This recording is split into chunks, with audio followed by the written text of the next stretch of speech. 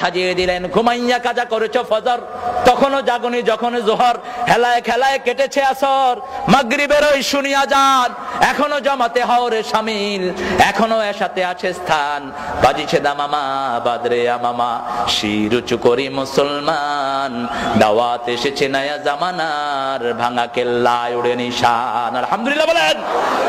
আমাদের জীবন হলো নামাজ। জীবন আগে না নামাজ আগে? কে বলেছেন? কে বলেছেন? আল্লাহ বলছেন বিশ্বনবী 5 ওয়াক্ত নামাজে তাকবীরে তাহরিমা বেঁধে এই আয়াতটা পড়তেন। পড়েন, কুল ইন্না সলাতি ওয়া নুসুকি ওয়া মাহইয়ায়া ওয়া মামাতি লিল্লাহি রাব্বিল আলামিন। বলো আমার নামাজ, আমার কুরবানি, আমার জীবন, আমার মৃত্যু সবটা কার জন্য দিলাম? সে আল্লাহ বলছেন, গোলাম নামাজ কায়েম করবা, নামাজ হেফাজত করবা, আর নামাজ যখন পড়বা তোমার হৃদয়ের অবস্থাটা কি হবে শোনো। ওয়াল্লাযীনা হুম ফি সালাতিহিম মুখাশিউন। খুশু খুজু মানে স্থিরতা, খুশু খুজু মানে কার ভয়? একজন সাহাবী নামাজে দাঁড়িয়েছেন, নামাজে দাঁড়িয়ে জামা লাড়তেছেন, দাড়ি লাড়ছেন। আল্লাহর হাবিব সাল্লাল্লাহু আলাইহি সাল্লাম বললেন, লাউ খাশিয়াত কলবাহু লা খাশিয়াত জাওয়ারিহু। তার হৃদয়ে যদি আল্লাহর ভয় থাকতো তাহলে অঙ্গ প্রত্যঙ্গের মধ্যেও ভয় থাকতো। সুবহানাল্লাহ বলেন। সেজন্য নামাজের জন্য ভয় করব কাকে? সবখানে ভয় থাকবে কার? নাকি মানুষের, নাকি র্যাবের, নাকি বিডিআর, নাকি আমেরিকার বাঁদরদের? ভয় রাখবো কার? জীবন হলো ওয়ান টাইম, বারবার জীবন পাবো না, একটাই জীবন, ইমানের উপরে থাকবো। রাজি আছেন না নাই? সেজন্য ইমানের রাস্তায় যত কষ্টই আসুক না, আমরা সেই রাস্তা ছাড়বো না। কারণ দুনিয়াতে আমরা কেউ থাকতে আসি নেই, নামাজের সমাজ কায়েমের জন্য যত কষ্টের দরকার আমরা করতে রাজি আছি না নাই? নিজেরা নামাজ ছাড়বো না, নিজেরা মসজিদগুলো আবাদ করব। আল্লাহর হাবিব সাল্লাল্লাহু আলাইহি সাল্লামের মাধ্যমে আল্লাহ হাদিসে কুদসিতে বলছেন, 2 প্রকার লোকের জন্য এই দুনিয়াটাকে আমি টিকিয়ে রাখি। এক হলো আমিরুনাল মাসাজিদ, আর দ্বিতীয় হলো মুস্তাগফিরিন বিল আসহার, যারা মসজিদকে আবাদ করে আর যারা শেষ রাতে তাহাজ্জুদের সময় উঠে গুনগুন করে গুনার জন্য আল্লাহর কাছে কাঁদে। আল্লাহ এই 2 দলের মধ্যে আমাদেরকে শামিল করে দেন। আল্লাহ বলেও দিয়েছেন, শুনো আমার মুমিনের কাজ শুনো, ইন্নামা ইয়া'মুরু মাসাজিদাল্লাহি মান আমানা বিল্লাহ। যারা ঈমান এনেছে তারা মসজিদ আবাদ করবে। কে বলছেন? মসজিদের জন্য আমাদের মহব্বত আছে না নাই? বিশ্বনবী বললেন, কলিজার টান যদি মসজিদের সাথে থাকে, কলবুহু মুআল্লাকুন ফিল মাসাজিদ সাবআতুন ইয়াযিল্লুহুমুল্লাহু ইয়াওমা লা যিল্লা ইল্লা যিল্লু, ইমামুন আদিলুন শাবুন নাশা ফি ইবাদাতিল্লাহি আযজা ওয়া জাল, রাজুলুন কলবুহু মুআল্লাকুন ফিল মাসাজিদ। বুখারী মুসলিমের হাদিস। কোরআনের পরে যে হাদিসের মর্যাদা, সেই হাদিসে আবু হুরায়রার বর্ণনায় বিশ্বনবী বলছেন, 7 ব্যক্তিকে আল্লাহ আরশের ছায়াতলে ছায়া দিবেন। আল্লাহ আমাদেরকে সেখানে জায়গা করে দিয়েন। এর মধ্যে প্রথম হলো ইমামুন আদিল, ইনসাফগার ইমাম। 2 নম্বর হলো যেই যুবক যৌবন বয়সে আল্লাহর ইবাদত করে। আর 3 নম্বর হলো যার কলিজাটা মসজিদের সাথে ঝুলে থাকে। সুবহানাল্লাহ বলেন। যখন যেখানেই থাকুক, আযান হলে সবার আগে কি? সবার আগে কি? আরো জোরে বলেন। সবার আগে নামাজ। আমাদের জাতীয় কবি বেচারার জন্য আমি দোয়া করি, নিজে খুব ভালো নামাজি ছিলেন না, কিন্তু মসজিদের জন্য তার হৃদয় আছে না নাই? আল্লাহর কাছে বললেন, আল্লাহ খুব বেশি নামাজে যেতে পারি নাই, কিন্তু যেই দিন আমি দুনিয়া থেকে বিদায় নেব, আমার কবরটা যেন হয় মসজিদের পাশে। মসজিদের পাশে আমার কবর দিও ভাই, যেন গোরে হতেও মুয়াজ্জিনের আযান শুনতে পাই। আমার গোরের পাশে দিয়ে ভাই নামাজিরা যাবে, পবিত্র সেই পায়ের ধ্বনি এ বান্দা শুনতে পাবে। গোর আযাব থেকে গুনাহগার পাইবে রেহাই, মসজিদের পাশে আমার কবর দিও ভাই। মসজিদ কেন্দ্রিক কোন কবর হতে পারবে না।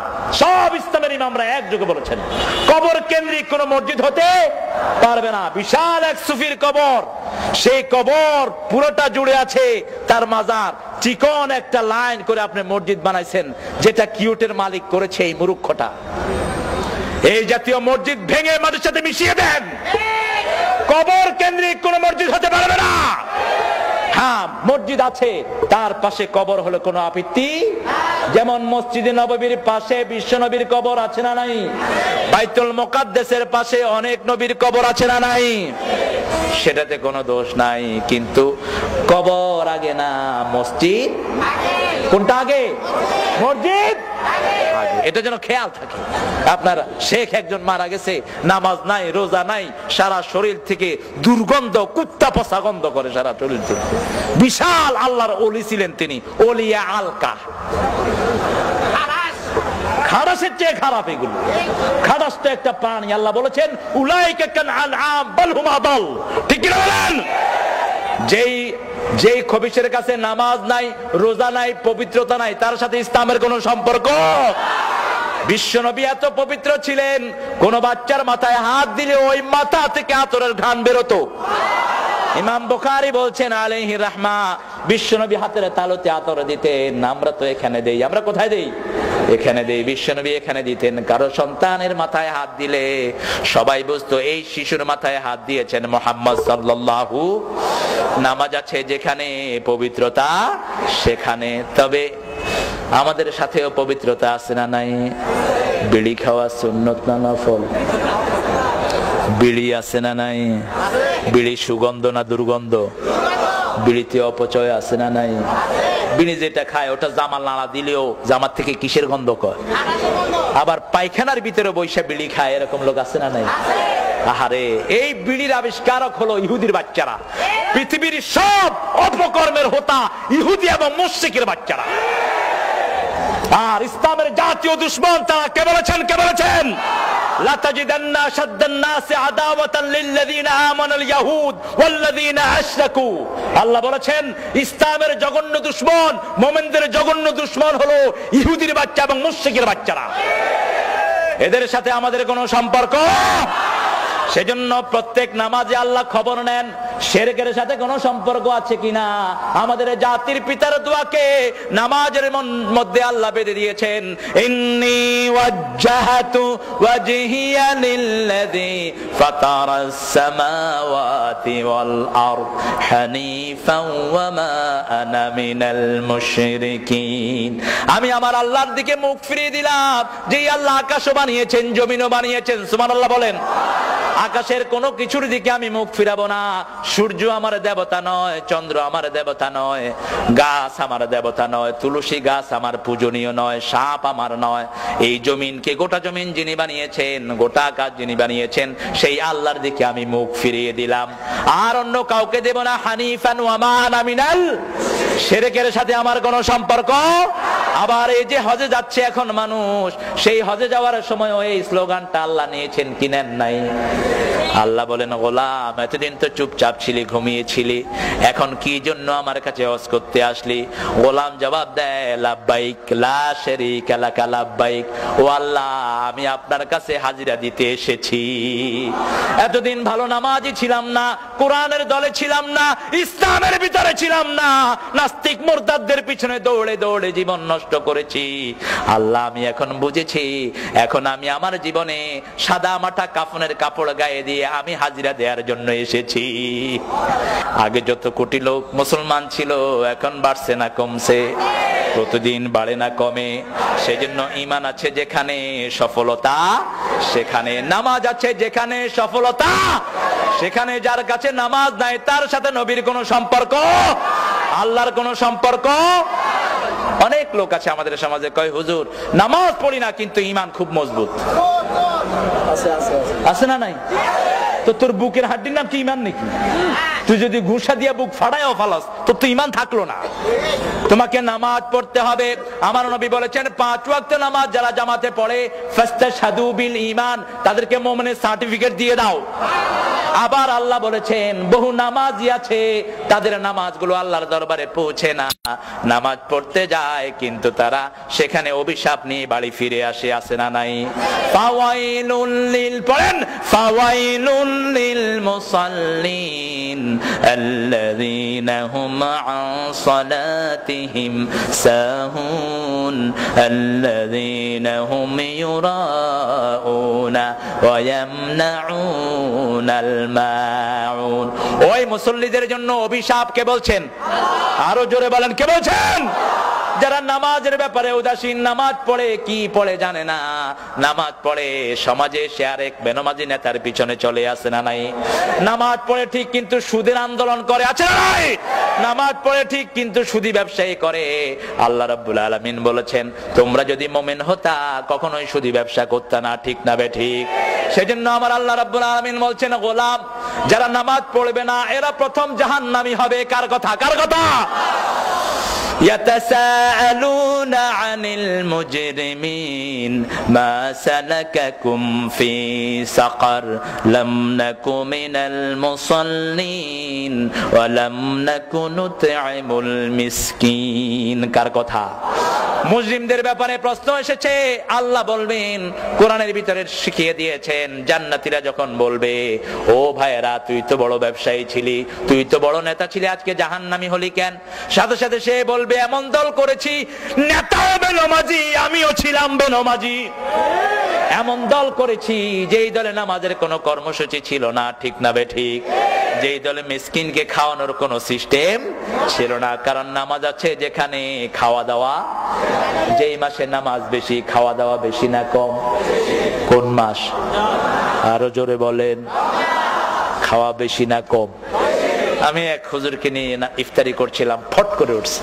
বললাম হুজুর কি হয়েছে? কয় পাজামার রশি ছিঁড়ে গেছে।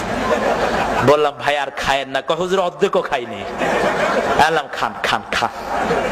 আরেক জায়গায় দেখি একজনে বাইগুনি খাচ্ছে আর চুলকাচ্ছে। বললাম বেগুনি খেলে ভাই চুলকালি বাড়ে? কয় খাইতেও মজা চুলকাইতেও মজা। রমজানের কি মজা, সুবহানাল্লাহ বলেন। এই মজা দিয়েছেন কে? রমজানের মতো যদি সারা বছর নামাজ পড়তেন, সারা বছর আপনার ঘর আপনার বাড়িকে আল্লাহ বরকত দিয়ে ভরে দিতেন। মক্কা মদিনার বদনামি আমরা করি, অনেকেই করে, কিন্তু মক্কা মদিনার মতো ইসলাম কিয়ামত পর্যন্ত কোথাও আসবে না। মক্কা মদিনার লোকেরা সুযোগ পেলেই নামাজে দাঁড়ায়, সুবহানাল্লাহ বলেন। আমার নবী যখনই একটু কষ্ট অনুভব করতেন নামাজে দাঁড়িয়ে যেতেন আর বলতেন আমার উম্মতেরা সল্লু কামা রাআইতুমুনি উসাল্লি, আমি যেইভাবে নামাজ পড়েছি আমার মতো নামাজ পড়ো। কেউ যদি বিশ্বনবীর তরিকা অনুযায়ী নামাজ জীবনে কোন রোগ তাকে স্পর্শ করবে না, সুবহানাল্লাহ বলেন। নামাজের ভিতরে সব রোগের ঔষধ আছে না নাই?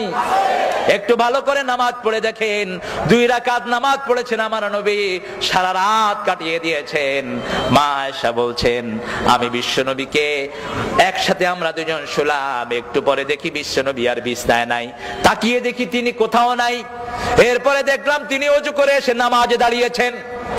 আমি শুনতে লাগলাম বিশ্বনবীর তেলাওয়াত, এত সুন্দর তেলাওয়াত আল্লাহর জমিনে আর কারো হবে না। আমার নবী যখন তেলাওয়াত করতেন কাফেররা এসে বাড়ির চারপাশে ঘিরে থাকতো। সেজন্য আমার নবী বলতেন সুর করে যারা সুন্দর করে কোরআন পড়ে না এরা কখনো আমার উম্মত হতে পারবে না। কোরআনের মজাই হলো তেলাওয়াত। কোরআনের মজা কি? এই যে রমজান মাসে 70-80 লক্ষ লোকের জামাত হয় মদিনায় এবং মক্কায়, তেলাওয়াত শুরু হয়, হাজার হাজার লোক গুনগুন করে কাঁদতে থাকে।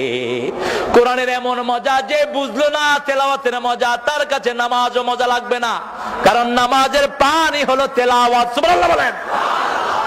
বিশ্বনবী তেলাওয়াত শুরু করলেন, করতে করতে সূরা বাকারা শেষ করলেন। মা আয়েশা ঘুমিয়ে পড়লেন, আবার জাগলেন, দেখলেন বিশ্বনবী বাকারার শেষ আয়াত পড়ছেন আর দরদর করে চোখ